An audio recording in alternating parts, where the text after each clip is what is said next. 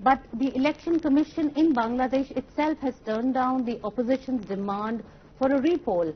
Right. Now, the other thing is that Sheikh Hasina herself has faced charges of being authoritarian. Her regime has faced charges of being very, very strong-handed in its approach to the opposition.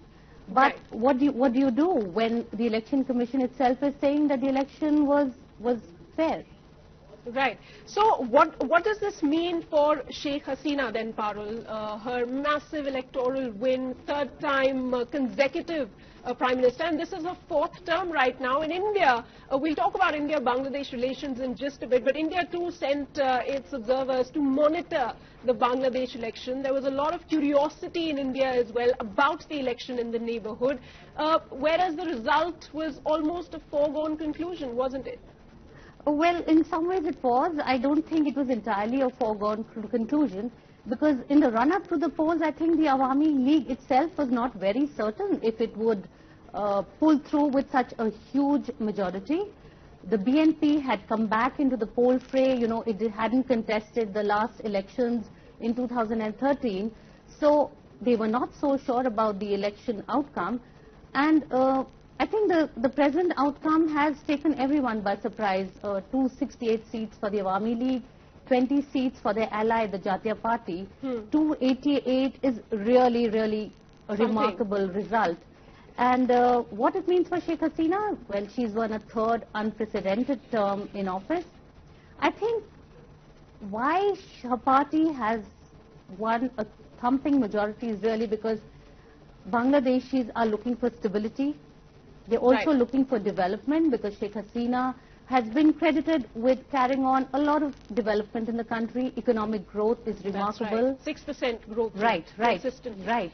And Bangladesh has recently qualified to be part of developing nations category. They've fulfilled the eligibility criteria. So she has a lot, a lot of work to carry out. She cannot rest, that's for sure. Major General Siwach, when you were in Dhaka, what was the mood like over there, and was this sort of a result anticipated? Sana, see, you have to see this way. As far as Bangladesh is concerned, Sheikh Hasina has been ruling it for almost about 10 years. A lot of good things have happened as far as Bangladesh is concerned. One is that the economic development is on a fast pace, more than 6% one after the other year. Then the economy has shaped up very well. Their export have increased, especially of textile and garments. Then what has happened is that they have been very successful in three things. One is education, health and bank, especially rural bank system.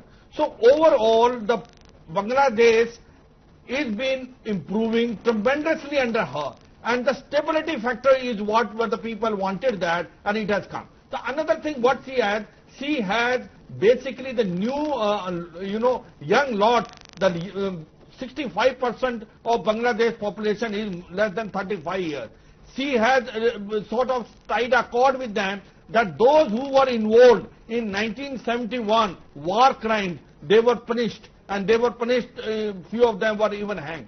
So overall what has happened is that she has done remarkably well in this last 10 years. She has managed very well the economy of the country. She has managed also a very good relation both with China and both by India. So therefore, she had done a win-win situation. Of late, the biggest problem which Bangladesh was facing was Rohingya problem.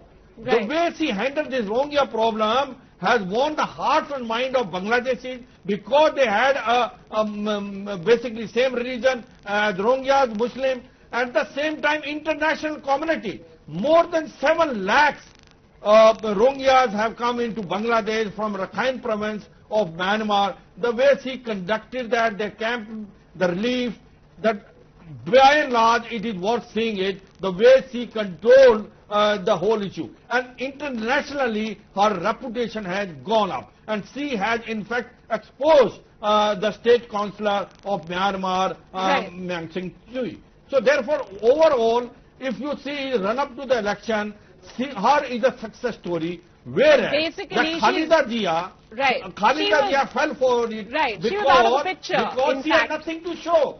And her party was So you're saying fragmented. people of It Bangladesh except the ISI, which is trying to trusted export them, Sheikh nothing was there. Hasina and voted for her, as the other panelists also mentioned, development. She won the vote on development. At least Absolutely that's the sense that one gets No, after the results are what out. I'm saying is Yes, ISI sir. in a big way tried to influence it through Khalida Zia, but they were not successful They weren't because the public mood was in Right. favor of Khalida, not favoring Khalida Zia. Okay. It was in Sheikh Hasina. Basically, for development is the main cause. Mr. Shamsher Chaudhary, how are you looking at relations with India now moving forward? The ties between India and Bangladesh, do you think they will be more solid going forward? Because remember, this is also election year in India.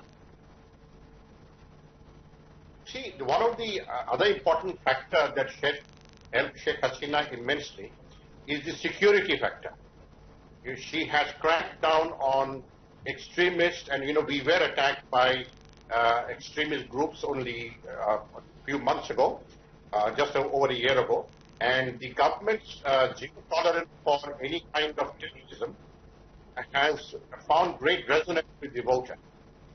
Now, coming on the India relationship, yes, it is a major fillip for Bangladesh-India relationship, and justly so, because it is reflective that India's Prime Minister, Mr. Narendra Modi, was the first to call and congratulate Mr. Hasina on her victory.